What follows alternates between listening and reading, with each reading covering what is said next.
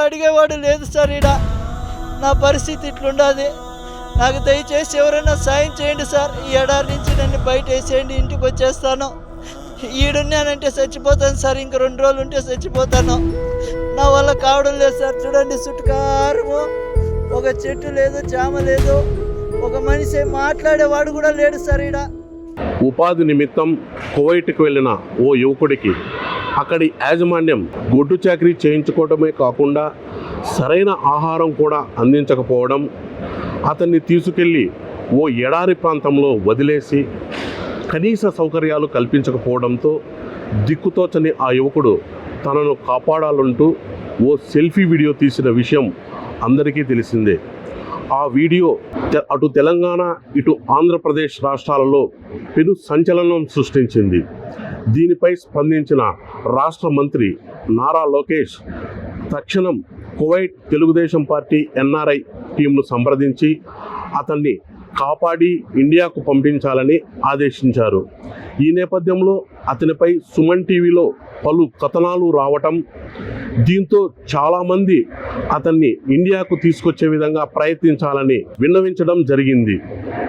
ఈ నేపథ్యంలో కువైట్ శివ ప్రస్తుతం ఇప్పుడే బెంగళూరు ఇంటర్నేషనల్ ఎయిర్పోర్ట్కు వచ్చారు. ప్రస్తుతం అతను మనతో పాటు ఉన్నారు. అతన్ని మాట్లాడే ప్రయత్నం చేద్దాం. నమస్తే శివ. చెప్పండి సార్. బాగున్నావా? బాగున్నాను సార్. మా ప్రయాణం బాగా జరిగిందా? బాగానే జరిగింది సార్. ఇప్పుడు నీకు అక్కడ కువైట్లో ఎటువంటి ఇబ్బంది రాలేదా నిన్ను ఇక్కడ ఇండియాకి పంపించేందుకు? రాలేదు సార్. ఎందుకంటే ఇక్కడ మీరు ఇట్లా వాళ్ళ ఆఫీసర్లు నాకు బాగా ప్రోత్సహించడంతో కొంచెం ఇబ్బంది లేకుండా తొందరగా బయటపడినాను సార్. లేకపోతే మీలాంటి వాళ్ళు సాయం చేయకపోతే, ఇప్పుడు మన లోకేష్ గారు, మీలాంటి సుమన్ టీవీ వాళ్ళు, ఇలాంటి వాళ్ళు లేకపోతే నాకు చాలా ఇబ్బంది అయ్యేది. ఇప్పుడు అక్కడ సార్లు ఆఫీసర్లు కూడా చాలా ఉత్సాహంగా పనిచేసి నాకు తొందరగా చేసి అబ్బాయిని ఎలాగైనా ఇంటికి పంపించేయాలని చేయడం వల్ల కొద్ది తొందరగా నేను ఇంటికి రావడం జరిగింది సార్. మీకు అక్కడ కువైట్లో తెలుగుదేశం పార్టీ ఎన్ఆర్ఐ టీం బాగా సహకరించారా? చేశారు సార్. కారు పంపించారు అక్కడికి. వాళ్ళు మీ కపిలు కన్నా ఉన్నారా లేరా నాకు ఏమాట చెప్పు అంటే, లేరు సార్ ఇక్కడ నేను ఒకడే ఉన్నానంటే, సరే అని చెప్పని అప్పటికప్పుడు కారు వేసి పంపించారు. ఆ కారులోని ఫాస్ట్గా వచ్చి నన్ను ఎక్కించుకొని తీసుకొచ్చారు ఎన్ఐఆర్ఐ గారు వాళ్ళు, తెలుగుదేశం అధ్యక్షుడు మన ఎంఎస్సీకి తీసుకొచ్చారు. ఎంఎస్సీ వాళ్ళు సార్ వాళ్ళు కూడా ఇవాళ నాకు 10 నుంచి మొన్నటి నుంచి కూడా వాళ్ళు కూడా చాలా బాగా పనిచేసి నాకు పాస్పోర్ట్ టికెట్ మొత్తం అంతా చూసి పంపించారు సార్. ఓకే, ఇప్పుడు నీ కోసరము మీ భార్య పిల్లలు ఎయిర్పోర్ట్లోనే ఎదురు చూస్తున్నారు. అవును సార్. ఒకసారి వెళ్ళి వాళ్ళని కలుద్దాం సార్. ఓకే, ఒకసారి వాళ్ళ భార్య పిల్లలను పోయి కలుస్తాం. రండి.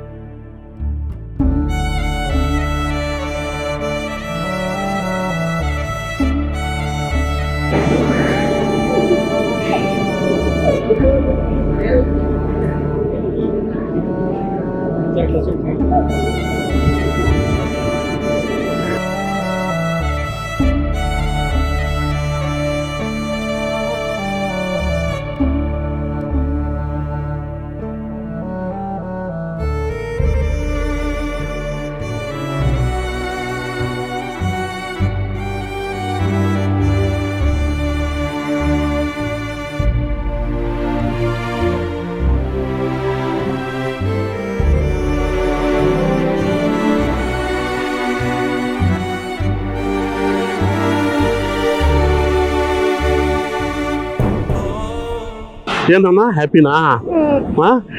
ఏమన్నా హ్యాపీనా? ఓకే, డాడీని చూసిన దీంట్లో ఆయన భార్య పిల్లలు చాలా ఎమోషన్కి లోనయ్యారు. అసలు వాళ్ళ ఎమోషన్ చూస్తానంటే నాకే చాలా బాధగా ఉంది. ఓకే, ఎనీవే ఈ కథ ఇటు సుఖాంతం కావడం పట్ల తెలుగు రాష్ట్ర ప్రజలు మీరు ఇట్లా రావడం పట్ల వాళ్ళు చాలామంది కోరుకుంటా ఉన్నారు, ఆ శివాను కాపాడండి కాపాడండి అని చాలామంది మాకు కామెంట్లు కూడా పెట్టారు. మీ భార్య పిల్లలు అయితే అసలు పిల్లలు అయితే ఒకరోజు అన్నం కూడా తినలేదంట. ఏమే రాష్ట్ర ప్రభుత్వ సహకారంతో మీరు తిరిగి క్షేమంగా ఇండియాకి రావడం పట్ల చాలామంది సంతోషపడతారు. ఓకే, సరే మనము మన మదనపల్లికి బయలుదేరదాం. ఓకే.